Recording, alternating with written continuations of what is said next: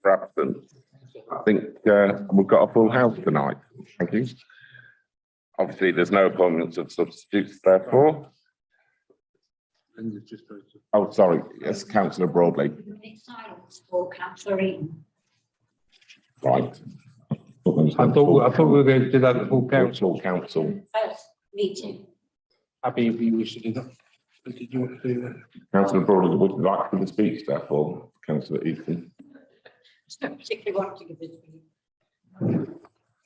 Just like you'll join me in standing for a minute silence, remembrance for Councillor Robert Eaton, who passed away. An excellent councillor, and it's a shame that something like this has to happen to somebody who was so well liked in the community. So if we can start a minute silence.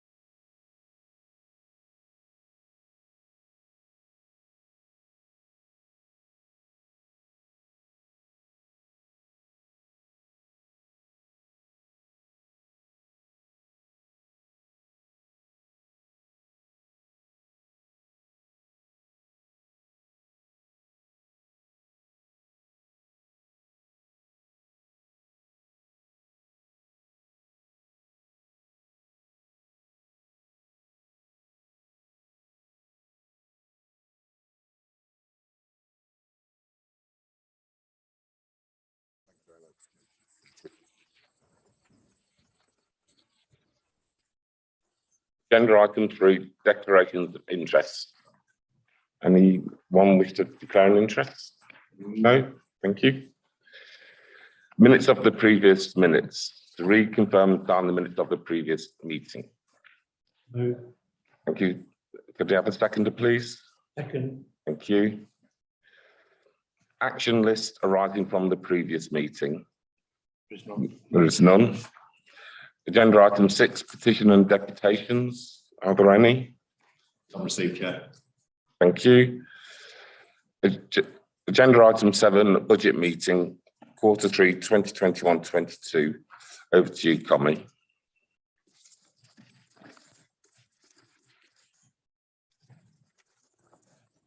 Just going to take members through the budget monitoring report. Before I actually start, I'd just like to highlight there's a couple of typos. On page 10 of the report, section 4.6, there's a sentence which says there's a forecast overspend, when in the actual fact it should say read an underspend.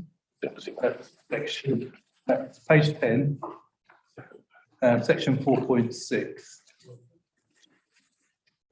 where it says there's a forecast overspend as a result of appearances across the service. It says understand. It should be an underspend. Yeah. So I'm confusing that one there. It says understand. It says underspend on the next sentence. It says overspend.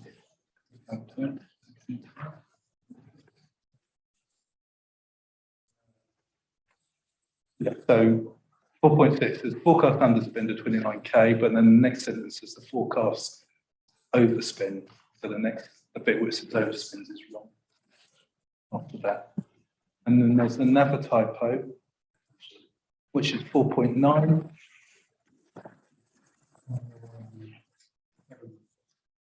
Well,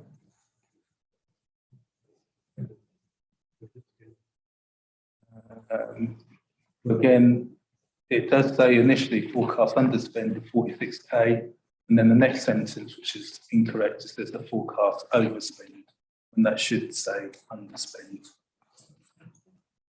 Yeah, typo. Okay. What I'll do is I'll move on to the main report. So Monitoring report at Q3 says it's at the end of December, the known information. And the two recommendations are that the contents of this report and appendix be noted, and the second one is the council senior leadership team are to look to ways to reduce the overspend. So the headline here, if we go down to section 2.1, is that currently the council's forecasting an overspend of 159,000 by the year end. Previously in Q2, the forecast was 335,000, that's a drop of £176,000.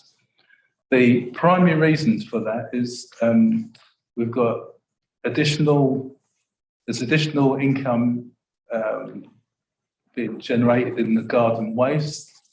Just to clarify that, it's the way we account for it. So in 21-22, we're roughly to the budgeted amounts, but some cash was carried forward from 2021 into 21-22, and so it's actually inflated the forecast, because with the it's the way I think the years went from January to December with the garden waste on a continuous basis, and then it's just the way we've changed it. Now, for instance, going forward to 22-23, we're trying to collect the income now for 22-23. So the cash that comes in between now and the end of March will then be moved into 23-24. Members look confused. Sorry. Councillor Kaufman. Yeah, I don't challenge any of you. I'm not an accountant, but it's one of the items that I've been following through the members' bulletin week in and week out, because one of the things we asked for, we wanted to compare it with the previous year, because the numbers went down. And I've just brought here as my evidence, Your Worship. I've just brought here the members' bulletin for the 29th of October. And Simple Me says that on the 29th of October 2021, we had sold a total of 10,615 of these permits, compared with a year earlier of exactly the same date of 11,400 the year earlier. So, I don't know, whatever, 800 down. But I was pleased to see in the following column, the previous year it's 476, and this year it's 486. So, to my simple arithmetic, at the 29th of October, despite losing 1,000 customers, we had managed only to make, we'd made £10,000 extra. And around about that time, we decided to change the accounting system and decided collecting it in a different way. So my ability to compare like with like disappeared, I think, a month later. I think one more members' bulletin, and then we had the health warning at the bottom. There's no point in comparing the two because it didn't work that way. Now, I understand under the new system, it starts from March, but if somebody joins the system in August, they will only pay from August to the following March. So instead of collecting 12 months as we were previously, we'll be collecting however many months it is. So at the end of the day, everybody who's subscribed will finish on the same date. Okay, could I Can I just bring in Philip up? Thank you. Thank you, Chair. Yeah, it is a complex scenario. I think one of the things that we have been doing, and it makes it much better from a financing perspective, is, and members will be aware of this, that this year, 22-23, we moved to annual renewals. So residents sign up between January and March for an annual renewal. And for example, if somebody in September, as Councillor Kaufman says, wants to sign up to it, they can do that, but it will be prorated. What has happened in previous years is the rolling 12 months, and that has added to complexities. So money can come in very, very late for garden waste on renewals, which has added to this amount of 119, added to which the complexities of additional bins. So throughout, and if I'm honest, I don't have those full details to hand, but somebody could have a garden waste bin in the previous year and then add to that 119, and then add through that year 2 additional garden waste bins, and that also adds to the amount of revenue coming in. So it is a complex situation. I believe in for 22-23, the annual renewal, which is what we've done, will make it much easier for members to recognise and see what revenue we have coming in for garden waste and the additional bins as well. Thank you, Philippa. Thank you, but the point I'm making is that 119,000, as far as I'm concerned, is 2,380 extra subscribers. Now, we only have 10,600, so we're talking about, by magic, we've produced 25% more customers. I mean, a percentage either way, but, and that's what concerns me. As a layperson, as far as I'm concerned, if this was my business, I'd have thought, good-o, I've got 25% more customers signed up, and I haven't. And that's what worries me, because I don't even see the potential of signing up another 25%. And that's, I really don't challenge your skills as an accountancy skills, but to my simple mind, I think we're over-egging the cake. Thank you, Chair. Chair, can I respond to that? Yes, comment, go ahead. Yeah, you're right what you're saying with the numbers, but what's been happening, because today we were looking back over the years, and what Philippa was saying is just the timing of it. So money's been carried forward, moved forward into different years. So for instance, this year, money's been moved from a previous year, and so on and so on. So the actual numbers in the year we've quoted, yes, it is about that. Money's been carried forward. You want to say something, Tracy? May I? Yes. Okay. So is it the case, Connie, that actually this is just a one-off and this is a catch-up year, so we won't see this issue again in future years? It's just because of last year there was an accounting issue bringing forward some monies, so you've got this catch-up year this year. The budget isn't right, but going forward it will be aligned, so your budget is aligned somewhat and you're able to reasonably estimate your expenditure that then comes in. Is that the case? Absolutely right. I'll hold it to you next year. Okay. Chair. Thank you, Councillor Caffin. Carry on, comment. Yeah, right, that's fine. Right, so we're at paragraph 3.3. So basically, we've still got an overspend, 159,000. So as officers of the council, we still need to take action to find ways to mitigate that, to bring that down and to a balanced budget. So that's a continuous thing. And then if I take section 4, this is going through the different section service areas of the council. That's the leadership team, which is forecasting an underspend of 225,000. The main reason for that is the director posts were vacant most of the year, and obviously we've got section 151 officer that's been recruited to yesterday, and then the next director's post, the plan is to recruit in the first quarter or as soon as possible for the next director's post.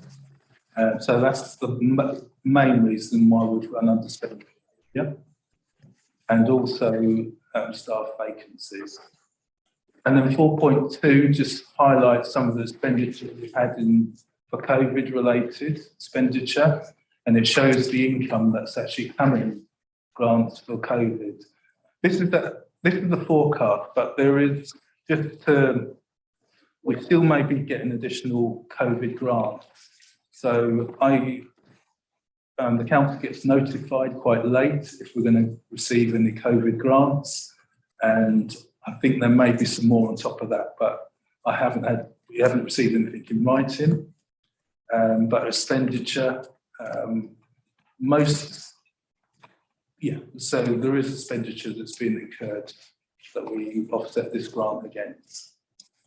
That's the general gist. And then finance and resources, 4.6. There's a reduction, if I look at the table, there's a reduction in the provision for corporate management. So overall, if I go back to the headline figure, overall in finance resources there's an underspend of 29,000. And then the itemised table shows areas that are underspent or overspent. And if you look at car parks, we had a target of 250,000 in addition to the original 15,000 target. And although you've got to remember this is at a point in time in December when we hadn't started the car parking. And so the forecast was that we wouldn't achieve all of that 250,000. We'd achieve, I think it was about 100,000 or just above. And obviously the car parking's gone live and we'll be monitoring that to see what the position is by the end of the year, financial year. That is looking on course to improve. And that's the finance section. And then if we go on to 4.7, law and democracy, overall there's an overspend of 108,000.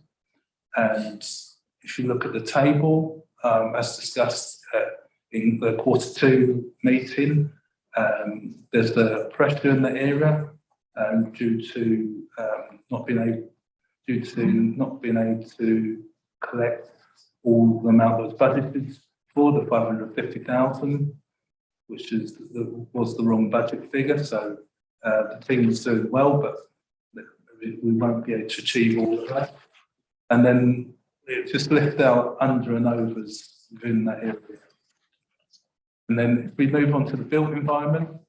Can you just hold on, Comrie? Councillor Broadley would like to ask a question. Thank you, Chair. Collective licensing, you can't collect everything. Can you give me the reason? Comrie, do you want me to answer that? Thank you. Thank you, Chair. The situation with the selective licensing budget figure is that it was incorrect from the outset. As I explained at the last PFT meeting, the original business case anticipated that it would raise £800,000 to £850,000 over 5 years. That was translated into budget figures over the 3 years of 1.65 million. So what this actually shows is a correction of the base budget. The team is still working. I think we're at the moment, we're down to about 120 properties that we're having some issues with and they're checking. So they have raised in excess of, I think, £500,000, and the balance is due to be collected in terms of enforcing as we go forward. So as I say, the bottom line is they are collecting. It was the incorrect figures in the budget that caused the problem. Okay, thank you. Councillor Bentley. Thank you, Chair. Question, comment, and a question, if I can. Comment. You mentioned that in section 2.1, you've got expected net outcome of 159k. But the tables that show where the variances were equates to a net minus figure of 348k. So the two don't go together. So which is correct? Is it that we're expecting an overspend of 159k? And are some of the figures in the tables, we're on page 12, 13, etc. Incorrect? Councillor Bentley, it's definitely 159,000 what the forecast is. The figures you're referring to, basically just have done it in a very layman's term, of putting all the pluses and the minuses together, and it turned out as a minus 345k. Unless my calculator's gone wrong. It's definitely 159,000. I will recheck this, but it is definitely 159,000. Okay, it might be me that's wrong. Councillor Bentley. If that could be checked and verified. Yeah.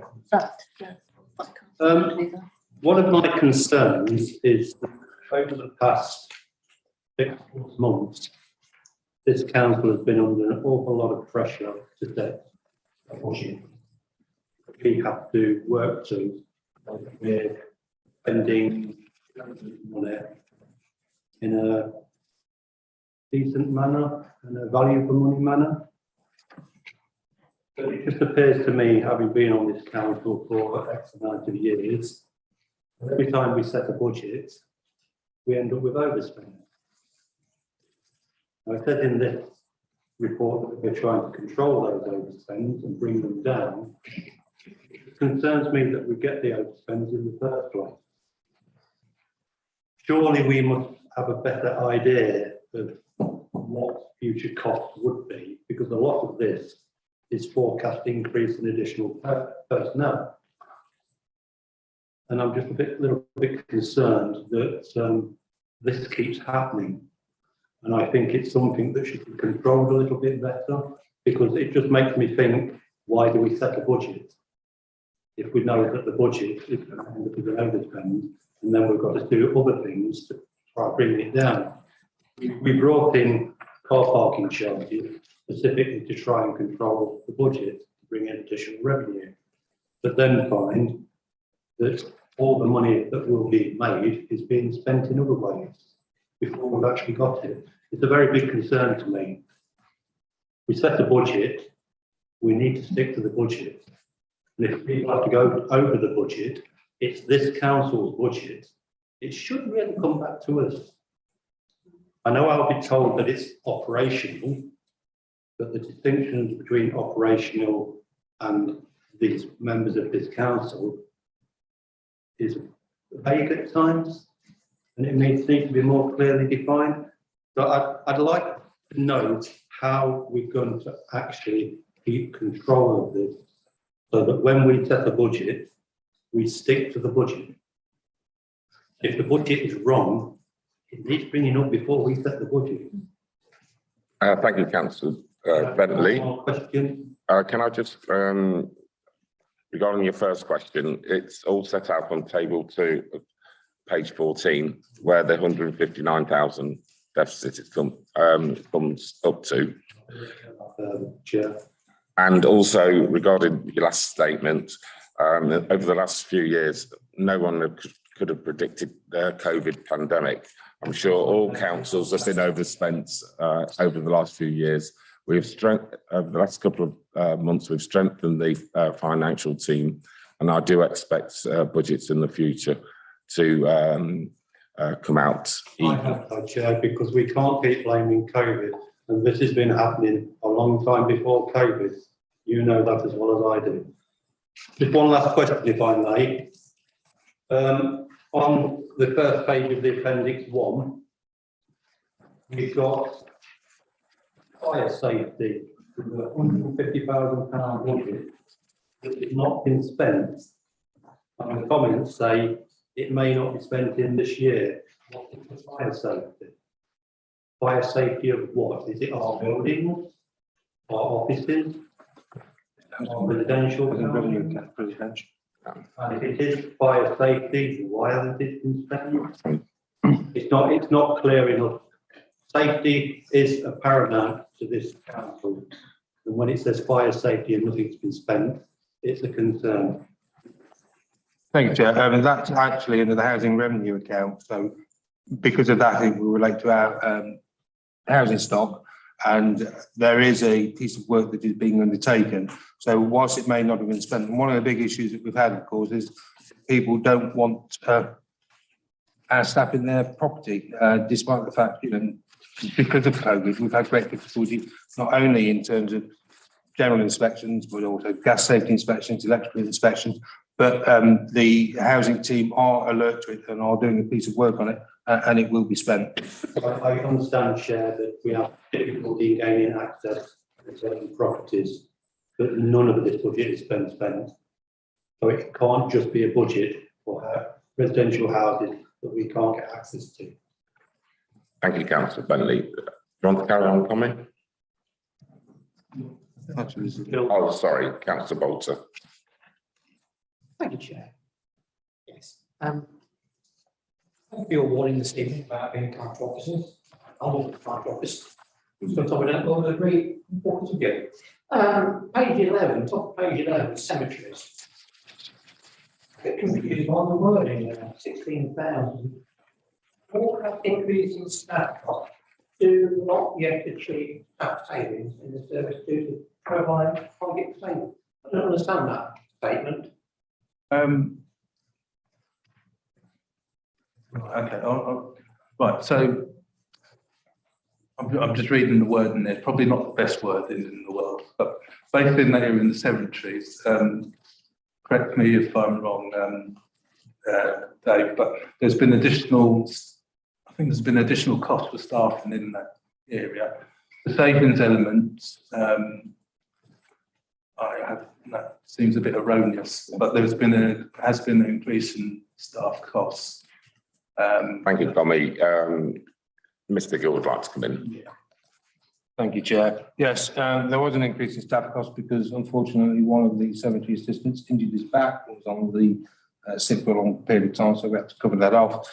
In terms of savings at the surface, the profile of targeted savings, the team are constantly looking at making savings, but unfortunately they've not been able to achieve that because of the issue with the member of staff being absent. So they were having to cover with somebody not as experienced, and therefore the initiatives that they intended to introduce to reduce the cost weren't able to be achieved. Thank you, Councillor Bolter. Over to you again, Conway. Okay. Sorry, Councillor Kaufman, do you want to come in? Yeah, I wanted to ask a question. We've got and we've got plans, I assume, 12 months to purchase deficit. And one of the things that occurs to me is what we ought to be doing is increasing the sale of our commercial services. We've got to get a commercial line on things, and one of the things, way of doing it, is promoting our commercial services. I think on promoting our parking passes, which are what every one of yourself puts a great lump of money in. I'm thinking of encouraging and getting back the 1,000 people that we've lost by garden waste, by persuading people that it's a really good service. One of the ways, for instance, would be the council tax bill is going out in whenever. If it was me, I would have slipped a leaflet in there telling people the wonders of our residents only fine. Do we have a budget for promotion of our commercial services? And what plans have we got to increase the take-up? Thank you, Councillor Kaufman. Over to you, Mr. Gill. Thank you. The senior leadership team and the corporate management team have been doing an extensive piece of work in respect of commercialisation of services. There are a number of projects that have been worked up into business cases, and they range from establishing an MOT station to looking at the commercial waste and offering a commercial waste service in the borough, to maximising the use of the parks, to disposal or better use of buildings on the park. So that is a piece of work that is ongoing. In terms of the parking permits, we are looking at putting additional signage in the car parks. It is too late now to put out a flyer with the council tax bills because of the timelines of the printers. As you appreciate, the bills are printed externally and they are done by a very small number of companies who are producing bills for best part of 300 authorities. So unfortunately, it's too late now for us to try. We have raised the question with them and it's just not feasible. Thank you, Mr. Gill. I'm going to take one more question and then we're going to move on because we've only covered about 4 pages in half an hour. So over to you, Councillor Kevin Lloydell. Thank you, Chair. It's been alluded to with the senior leadership team about the underspend of 222. Great. And it suggests that we're going to employ another director in the next quarter. But it's the philosophy because that money is an underspend, we're going to spend it.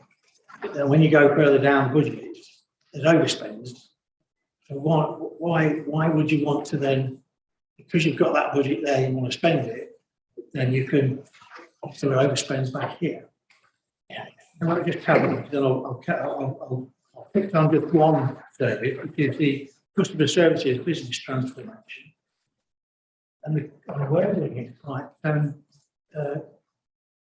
quite worried about the wording when it talks about in the systems administration, application of staff into the service without the appropriate budgets. Goes on customer services further down. Additional personnel requirements without the appropriate budget. Right. Later on. You set the budgets and you've got 100k to spend, you can't spend 110. This is just an observation, I'm not criticising that because there's a lot here that information that I asked for back into two lots of policy resources about how do you mitigate the overspends that were put before us earlier on. But those sort of comments make you feel, is there going to be some discipline with regards to comments that says no budget in it, but we're still going to employ them, we're still going to do something. I think that's quite worrying when you see it in a statement like this. I'm sure it's a simple explanation for it. Thank you. Thank you, Councillor Lloyd. I'm just going to bring in Philippa first. No, I'll bring in Councillor Boyce first. Thank you, Your Worship. On the corporate management issue only, to recruit and establish people at that level is actually quite hard work. And Tracy joined us, as you know, yesterday. Having worked quite some time, it takes some time from previous employment to here because the notice period that senior staff have to give can be quite long. So the decision was taken whilst it's in the budget and we will be going out to recruit the second director post shortly. These things do take time. And we've done the first part. The second part, there is clearly a need, as was highlighted last week in the peer review, to have another director. One of our major problems, you cannot turn the finances of an organisation of our size around without the senior management people in post to do the work. And I'm afraid that is one of the things that over the years we've learned. We do need a second director, which would give us a team of 3 very senior people, plus the other senior officers thereafter, who can then not only look at cost savings, but also cost generation. And there is no hiding the fact that it is hard work to do that recruitment. It will take place and it is needed. Councillor Boyce, over to you, Philippa. Thank you, Chair. If Councillor Lloyd would like me to touch on the system support element, in a previous year they were capitalised and we haven't been able to capitalise them this year, which is one of the reasons why you see that amount there. On a positive note, because of the ICT transition that we have, we believe that some of those costs that are in that 109, and it's actually 81,000, will be able to be capitalised this year. So that should reduce. And Mr. Campbell, please feel free to step in if you would like. from a point of view of some of that amount does relate to the ICT transition and contract workers. And as Councillor Boyce has commented, what we needed to do was get the skill set in to enable us to have a successful ICT transition. And that is where some of the other cost comes from within that amount. To your point about the customer service and the 30,000 that relates to that, in November at the Service Delivery Committee, I did do a report which related to statistical analysis, but also gave some background around the customer service centre. And we had been substituting because of core volumes with agency workers, which, as we know, are expensive. So to create greater resilience, we actually recruited 2 permanent members of staff. So that is what you see that £30,000 for in there. I'm happy to take any questions if you have a further one. No, do you want to come in, Tommy, or do you want to go straight back to your report? Just one thing I add on to what Philippa's comments is. Also, if you notice at the bottom, there's an 81,000 credit for COVID funding allocation. So there have been costs throughout the year that will be transferred across to the COVID costs. So in effect, some of the Philippa's mentioned about the additional staff who's had to get agency staff, and also we have incurred additional costs during the COVID situation with staff having to work remotely, which we have had COVID grants, which I've shown there below 81,000, which are proportioned, which will offset some costs. So although you're seeing overspends here, these are not continuous ones. These ones are happening this year, but going forward, I would expect these to be breaking even. Thank you, Tommy. Do you want to carry on with your report? Right. So I think I was at we've done the bill with I think 4.8. So 4.9 was the community login.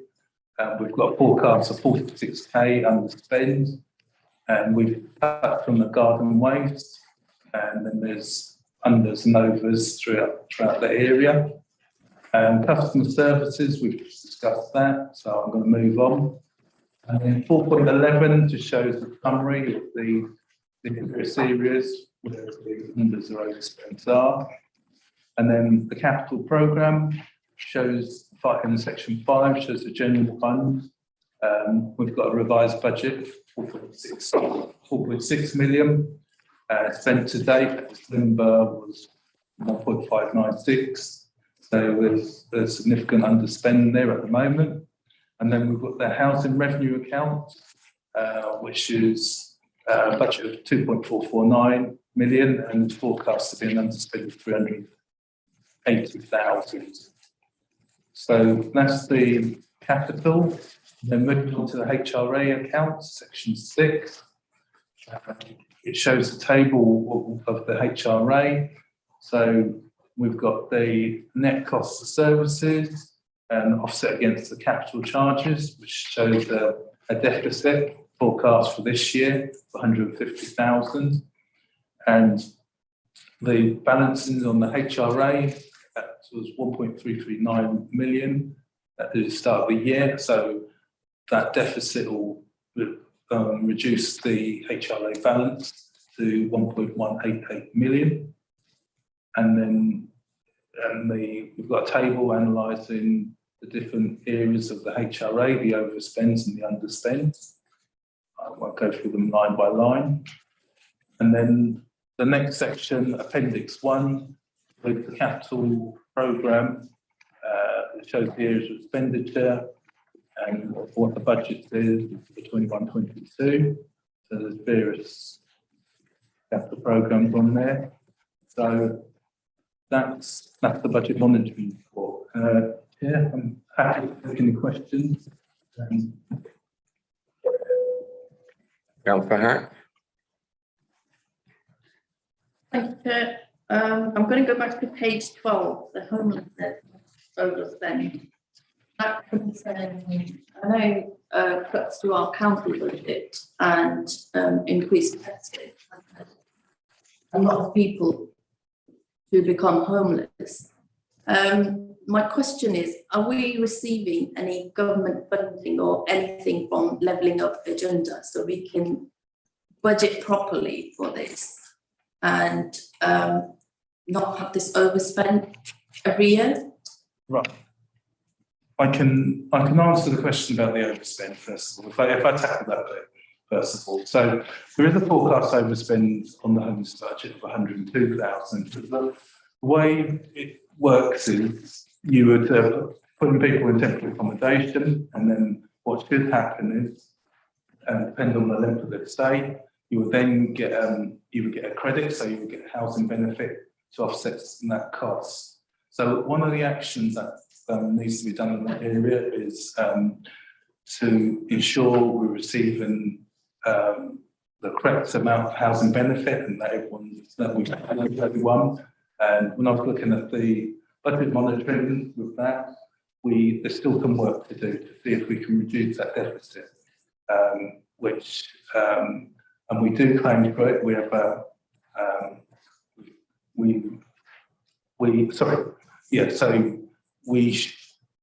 I've done a comparison against the previous year, and we actually received more housing benefit than we've actually forecast for this year. So an action for us as officers is to see if we can increase the amount of housing benefit we're getting in that cost. So that's an action I've discussed with the housing department. I'm going to look at ways to reduce that overspend. And with your second part of the question, the levelling up, the council has been notified of some small grants to help with the homelessness. Something came in, I think it was last week or so, so I just need to go through those details with the housing manager. Thank you, Councillor Hack. Any more questions?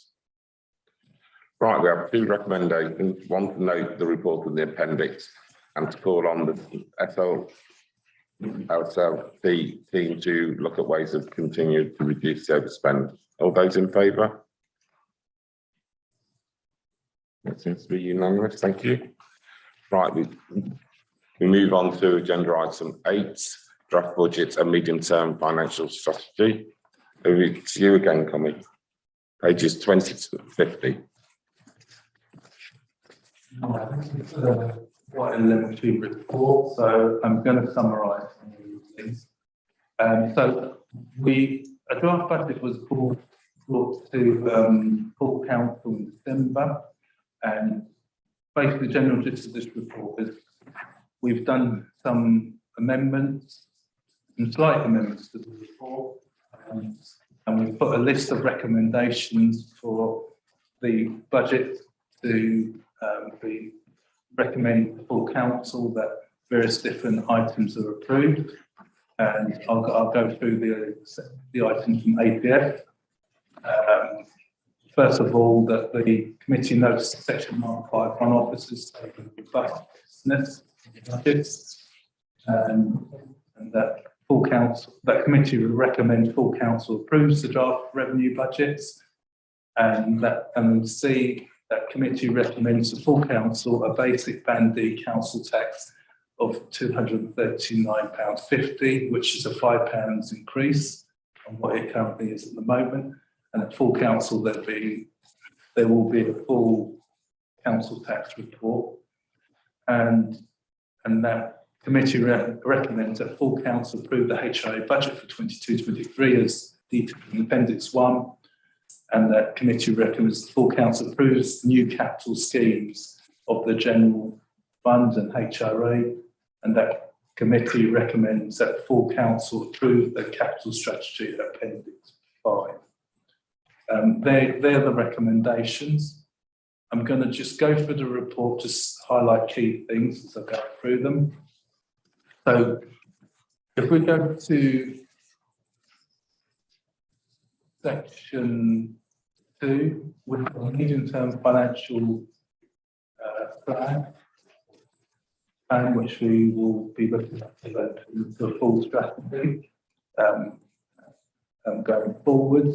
So with this report at the moment, if you look at 22-23, in order to balance the council budget, if you look at the line that's in the table, it's earmarks reserve, we had to repurpose 244,000 of the earmark reserves that were not being used to balance this budget, which obviously we can't sustain doing that going forward long term.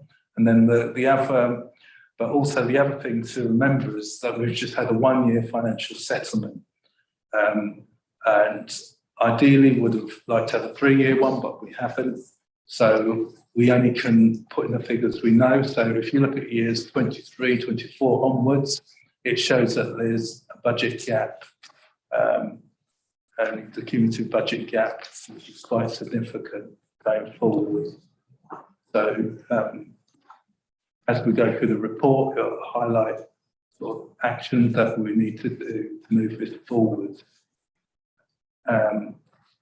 Before I move any further, I'm talking about the financial track. Yeah. So I'll just chair.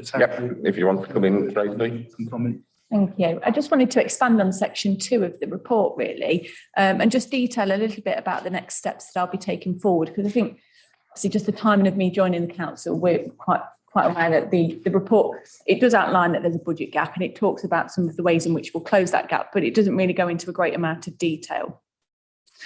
I think it's fair to say that this council is on a journey with regards to its finances, and clearly there's some challenges ahead. And particularly on the horizon, we've got some funding changes on the way that we brought in, and that's around fair funding and the reform of business rates. So ensuring financial sustainability here is obviously key, and a key challenge for the council. And I think that's been backed up by both the LGA financial health check that you had undertaken last summer, but also the very recent LGA peer review challenge. So as it currently stands, you've got a medium-term financial plan, and that's included in the report. But what you don't have is an up-to-date strategy. And that is a plan, essentially, of action, which will help you achieve your aim of long-term financial sustainability. So I just wanted to let you know and just say a few words that now I'm in post, and as part of responding to the LGA reviews, I'll be leading on the development of a new strategy over the coming months. And that will include a clear and deliverable plan for meeting the savings targets and closing the gap. So I'm currently working on a timetable, but the first milestone will come back to you, a report that will come back to you in due course.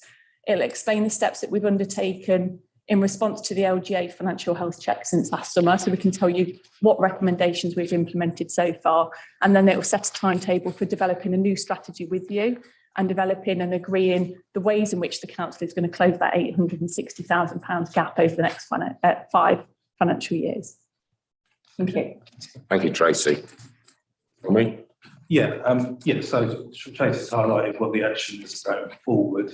And just going back to the report, if you then move on to section 6, which outlines some of the details about council tax going forward. And as I said, there will be a full detailed report in the going to full council, but it just highlights the key things, as I mentioned before, £5 increase in the council tax, and that the council tax base is 17,602 properties.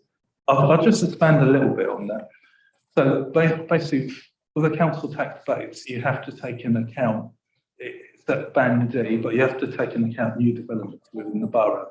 But you have to also be prudent so that you don't, just because planning may have, 300 potential developments, not all of them are going to materialise throughout the year. So you sort of have to be prudent in how many you estimate are going to take place. And then each year we'll know how many actually did happen, and the sort of the basis of the information that's used to calculate what the council tax base and properties is. That's the general principle that's used for that. And then with that information, we can estimate how much that's actually going to come to the borough. Obviously, we have 3 sectors, which the fire service, the police, and the county, who will also set their capital on top of what overdoing Wigston's is, and then we have to, once we collect the money in, we have to pay it across. That's just a quick whistle stop tour through the council tax. Then the business rates retention, the council has shown an estimate of what the net retained business rate funding will be. With this, I like to add to this, look, each year we have to do an annual return called NNDR1, which helps set this budget. So in the final report going to full council, there will be some slight amendments based on up-to-date information we've got. That was the NNDR1 was submitted yesterday, so it's not reflected in this report. There will be slight changes, but not significant with that. And then moving on, the capital budgets, we have new capital schemes, which are highlighted in the attached appendix, but just to have a quick summary. There's a housing revenue account for 22-23, 3.83 million, and the general fund is 1.23 million. And as I said, the details are in the appendix, and we've given an estimate of how all these are going to be funded. And go through. So, this is a quick comparison of previous year's capital programme from which it's carried forward, and the new is added together. And then section 9 discusses council's reserve, shows a chart of what they are. So the key headlines are fund reserve currently is 1.348 million, but with the overspend that we saw in the previous report, budget forecast report, budget monitoring forecast report, that would reduce the general fund reserves to 1.189 million, and we've obviously removed some budgets, reserve budgets, to help fund the 22-23 budget. So we have to keep tabs on that. Obviously, we've got a limited amount of reserves, so the way going forward, Tracy highlighted earlier, we need to build those reserves up by doing different commercial activities or different activities to generate income. So we need a financial strategy for that. And then you have the housing revenue account. There's Appendix 1. The key highlights of that is that the rent increase is formula rent, CPI plus 1%. So the price index, which you take it at September, which is 3%, and then you add a percent on top of that. And the average rent, council rent is 81.93 pence per week. And then there's another Appendix 4, which talks about effective use of capital receipts. So very quickly, basically what that is in the capital programme of 400,000, where the government has a provision where if you are doing certain transformation projects, you can capitalise revenue expenditure. The scheme ended March of this year, but there's also been notification that this is going to be extended for 3 years, but until we get official confirmation, it's in the capital programme, but we can't go ahead until we get official confirmation, which is due at any time now. And then there's a capital strategy, appendix showing the capital strategy over 4 or 5 years. And then the conclusion of this report, there is a large budget gap, which I've highlighted in the table to start this report. And there are various projects going on that will be going forward in the council to generate income, which as the year progresses, and we've had business plans developing, we brought that to members to view and approve. And The general gist of the report. We have got appendices. I'm not going to go into details with them, so if there's any questions, please free to question. That's okay, Chair. Thank you, Collie. Are there any questions? Councillor Jeffrey Kaufman. During the COVID emergency, when the government have given shopkeepers business rate, whatever the word is, has the government actually made up the amount that we've lost? Because they're decided to not to charge them a business rate. Has that been made up, the stuff that we've lost? Sorry.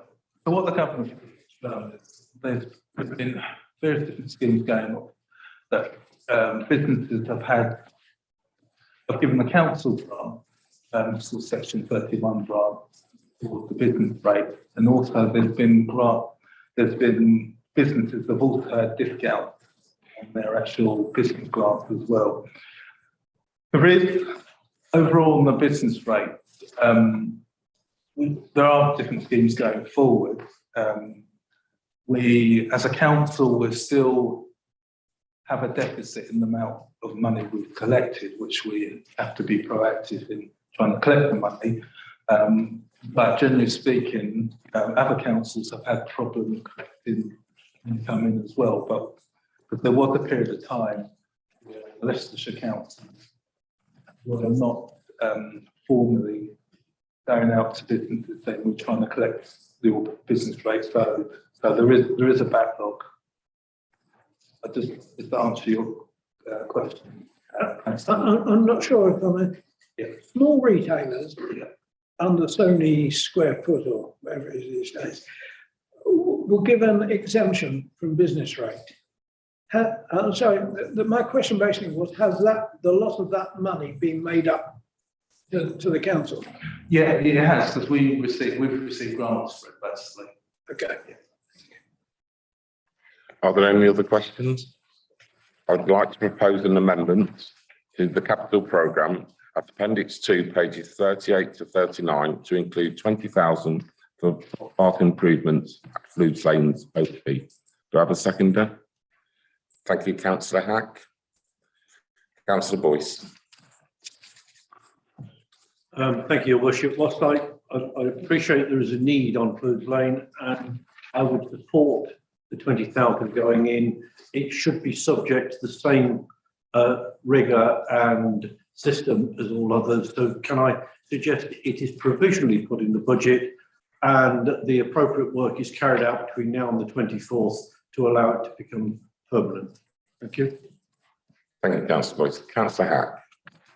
Thank you, Chair. Very much appreciate this additional money in the budget. We have been promised this over the last few years, and this is long overdue. Fludes Lane is used by many dog walkers and elderly residents, and it's in desperate need of some TLC. So very happy to second this and very much appreciate it. Thank you, Councillor Hack. Are there any? Councillor Kevin Boydell. Thank you. Sorry. On a more positive note, I think page 40 referred to Appendix 3. Talked about the robustness and the estimate of adequate reserve to take to comply with Section 25 of the Local Government Act. That gives you some sort of confidence when you look at the wording on the second paragraph, Section 151. Officer considered the estimates which are from the General Fund and the Daily Revenue accounts are robust and prudent, and proposals are deliverable from 22 to 23. Quite positive. So it's, you know, we've had a lot of criticisms, etc., but I think that's a good point. Boydell. Yeah. You vote on the amendment. Yeah. Right, are there any other questions? Right, we have to vote on the amendment first. I proposed it and Councillor Hack has seconded it. There's a provision of £20,000 going to the capital programme for the improvements to Fludes Lane, Oakby. Point of order. Sorry. I did make the point that it actually needs to go through the process appropriately. It's not that I disagree with the system. I'm completely happy with the amount. However, it has to go through the same rigor. Therefore, do I need to move an amendment, or is the chair happy to include the fact that it is provisional, subject to the process? As long as it comes to the full council on the 24th, yes, that's fine.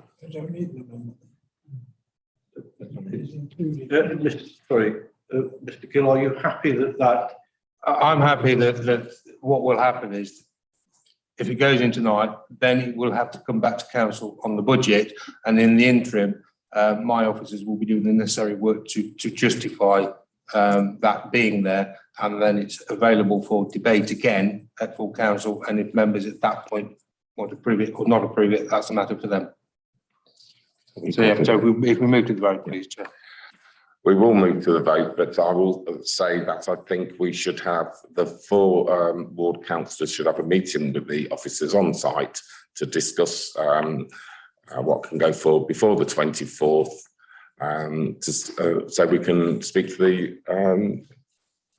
I think that's an aside to what we decided tonight. I know what you're saying. Yes, I'll facilitate that, but for the purposes of this vote, you just amend. Okay, all those in favour of the amendment? Those against? Abstentions?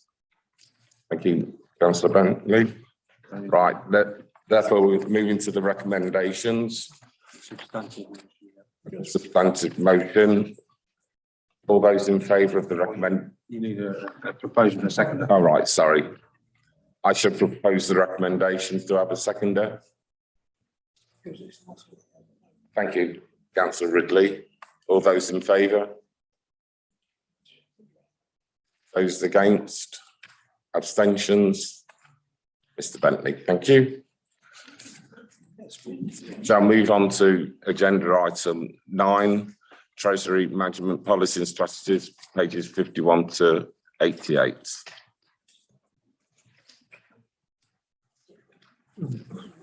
This is comments again. Over to you, Tommy. Right.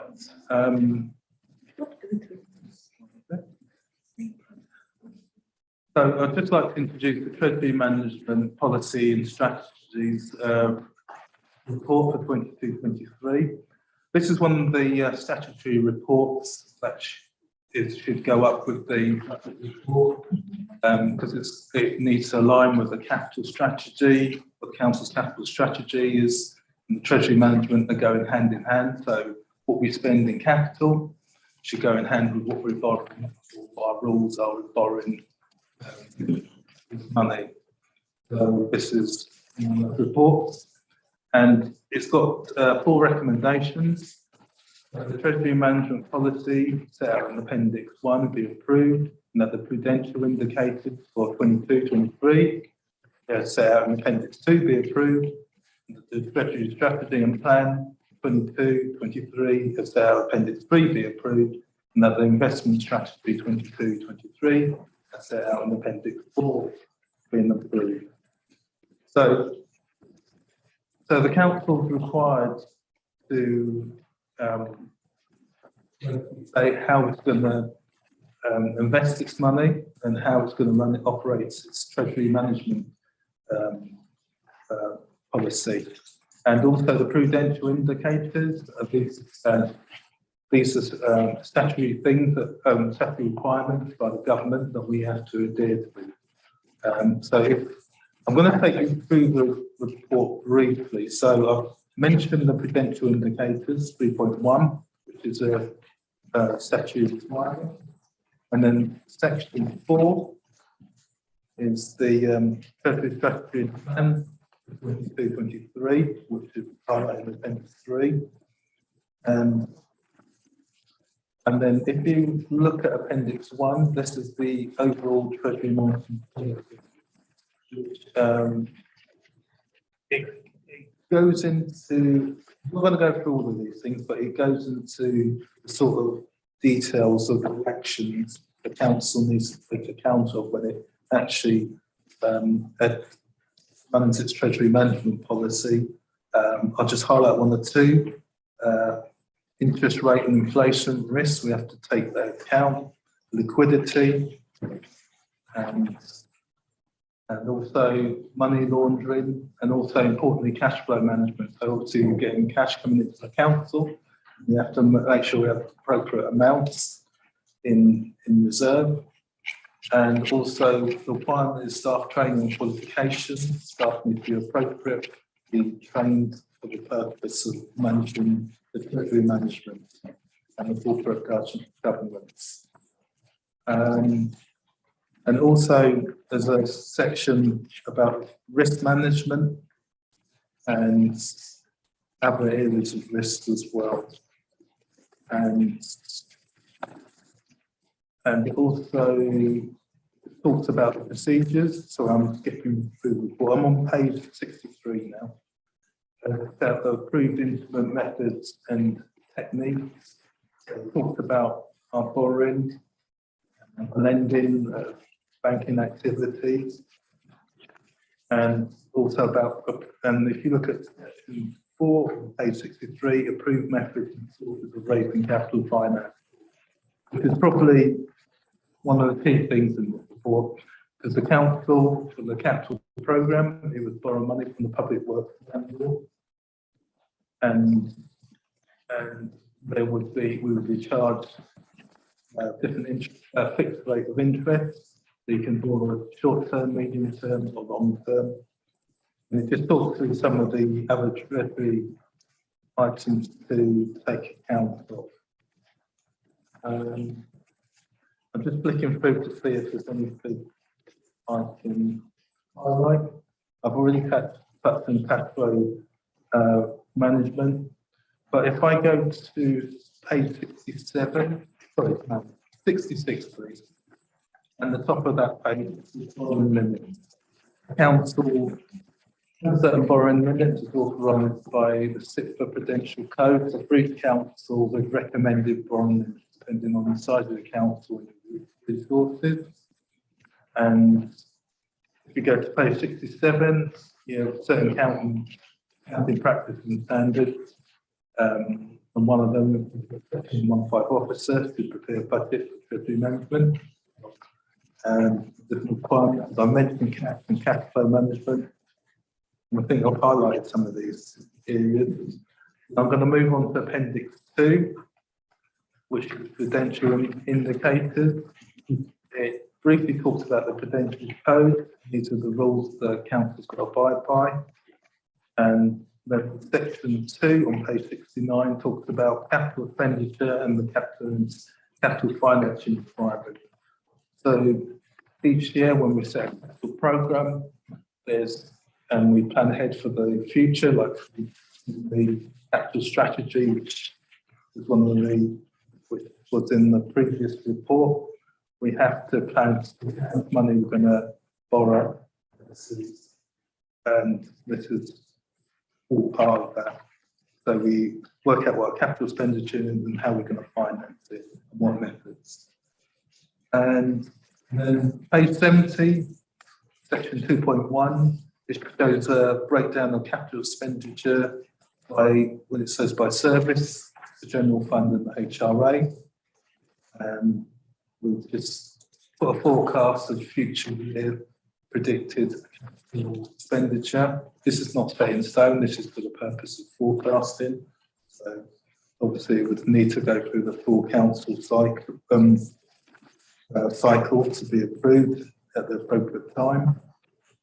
And then section 2.2 on page 71 shows what the council's capital financing requirements are. And it has a list of different things that shows how we fund that's the capital expenditure.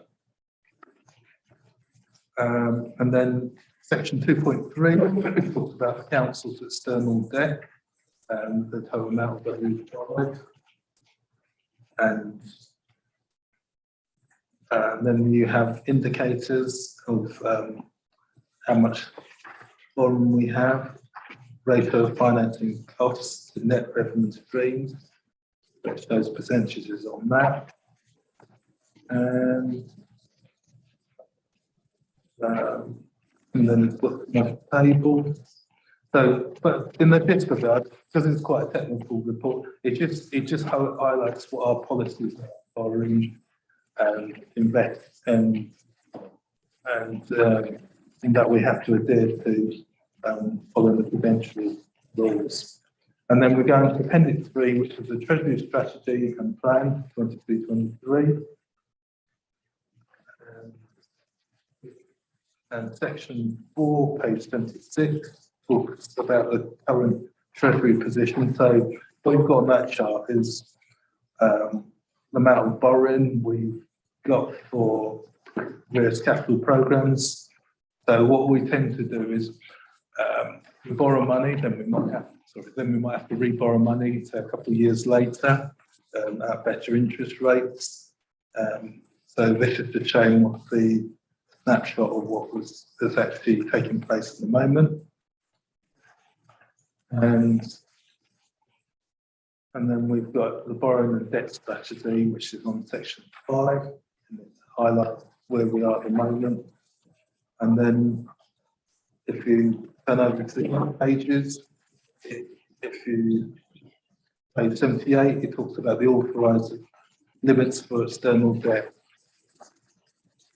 I'm going to move on to the other two indicators, and then if you go to Appendix 4, it talks about what the council's investment strategy is, 22-23 forwards.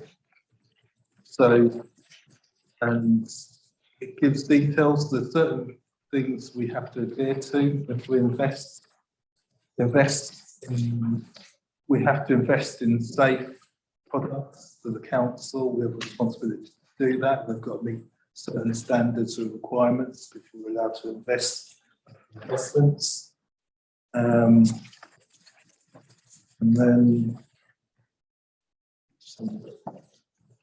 it just talks about the Section 15 officer has to obviously has to make in conjunction with members about what our investments are in. So if, for example, in this section, a couple of years, I think about a year or two ago, we were thinking about investing in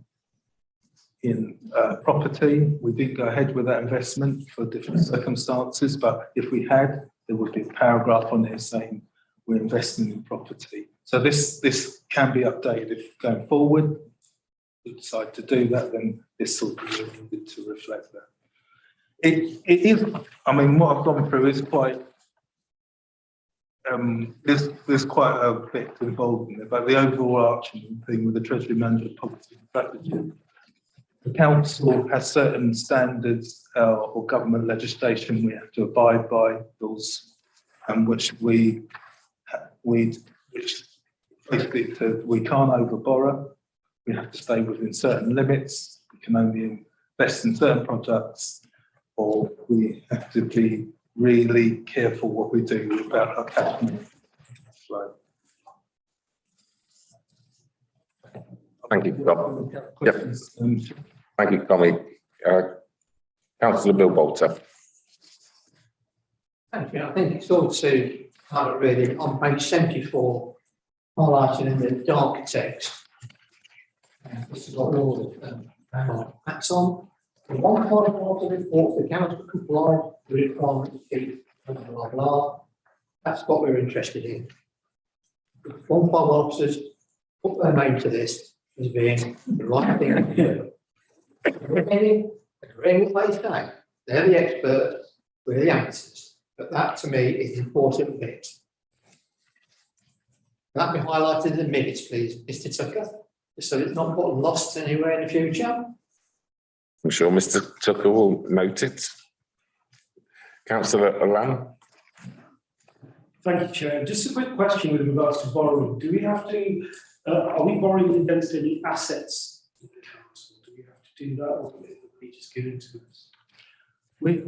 Sorry, Chair, can I? We have local authorities have a provision where they can borrow from the Public Works Loan Board, which correct me if I'm wrong, Tracy, we have certain limits that we can borrow up to, depending on the size of the organisation and their assets. And that's the basis of borrowing. So we wouldn't be able to go beyond a certain limit with the size of our council. A large organisation would be able to borrow more money from it.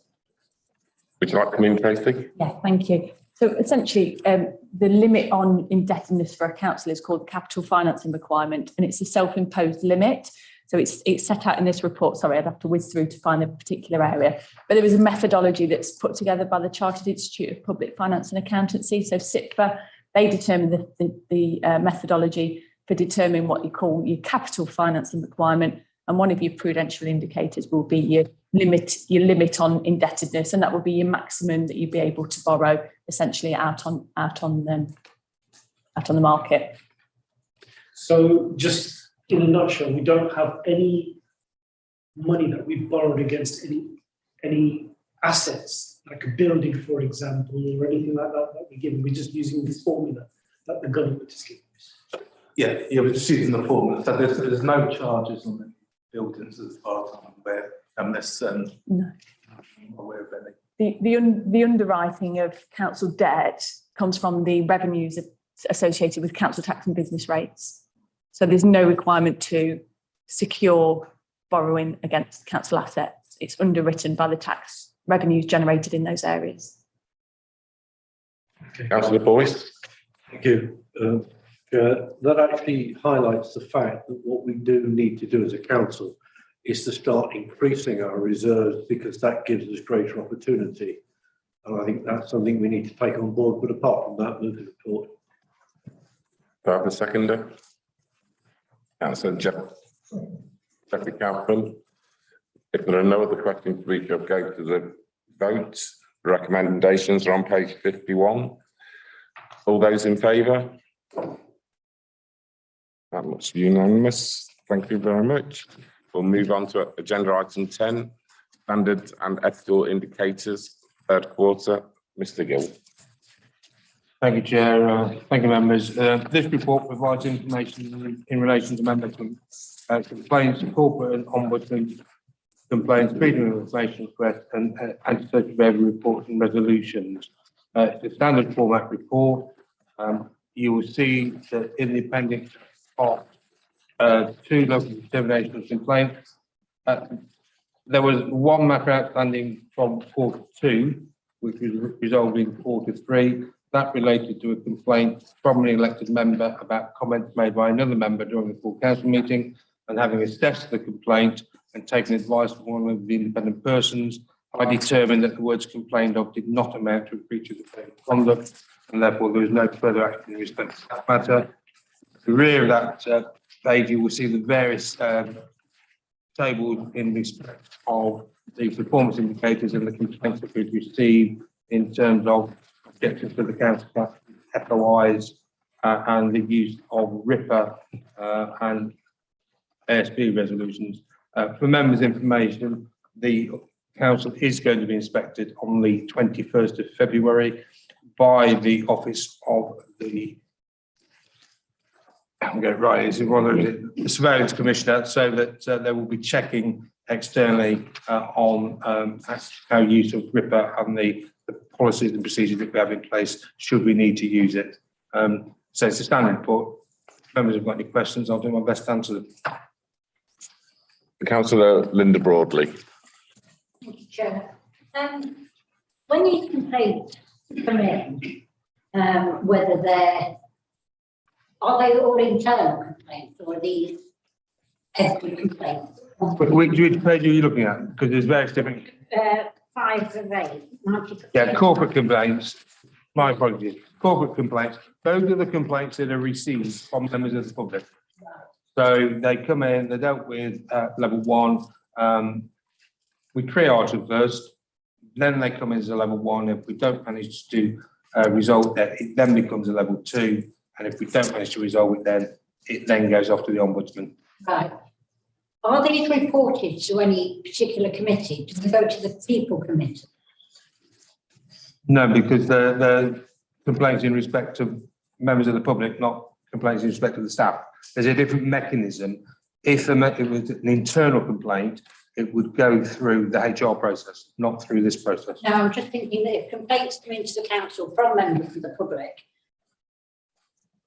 we don't know anything about that. And I'm not saying, given data protection, that you say Mrs. So-and-so complained about it, but I just think that there ought to be somewhere that we are aware that, you know, to try and follow a pattern really. If everybody's complaining, I'm not going to mention God, but if everybody's complaining about a certain thing, So do you know what? yeah, I know exactly what you're saying. I think what you're saying to me is that in the number of corporate complaints received, you would like to know what they're about.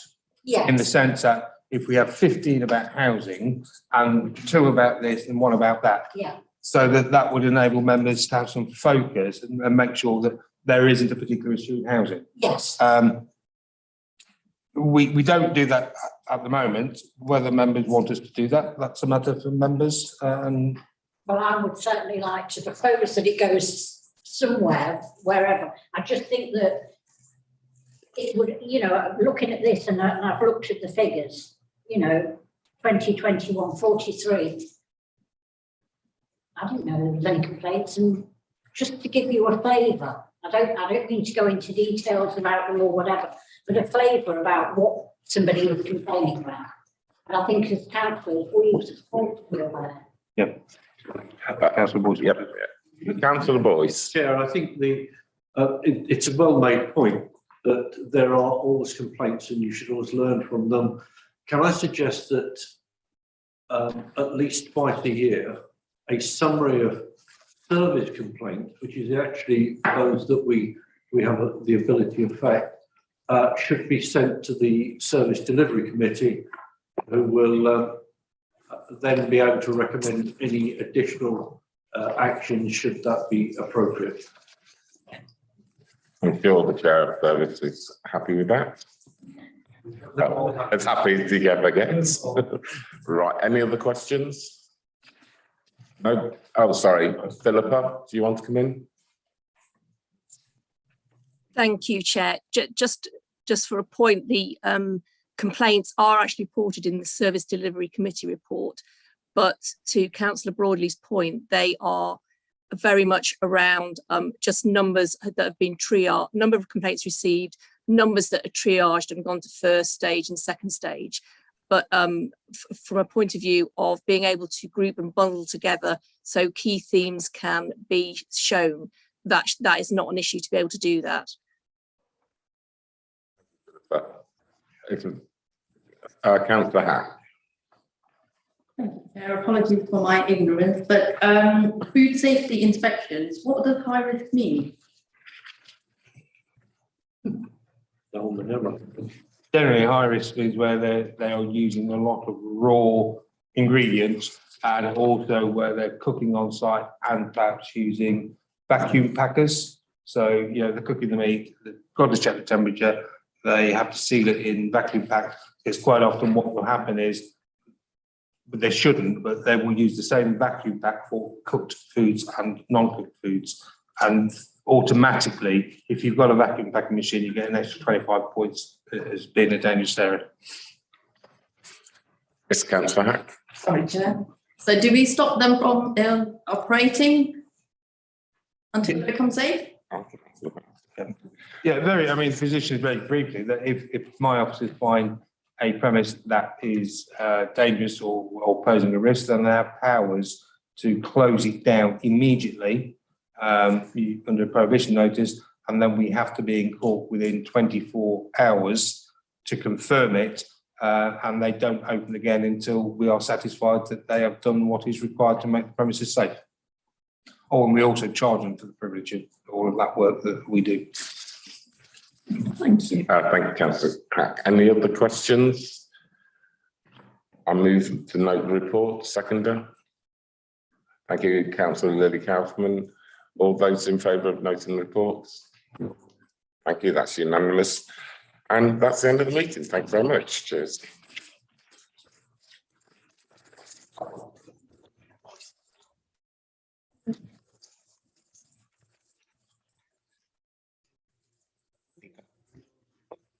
Yeah, I was just- You're right.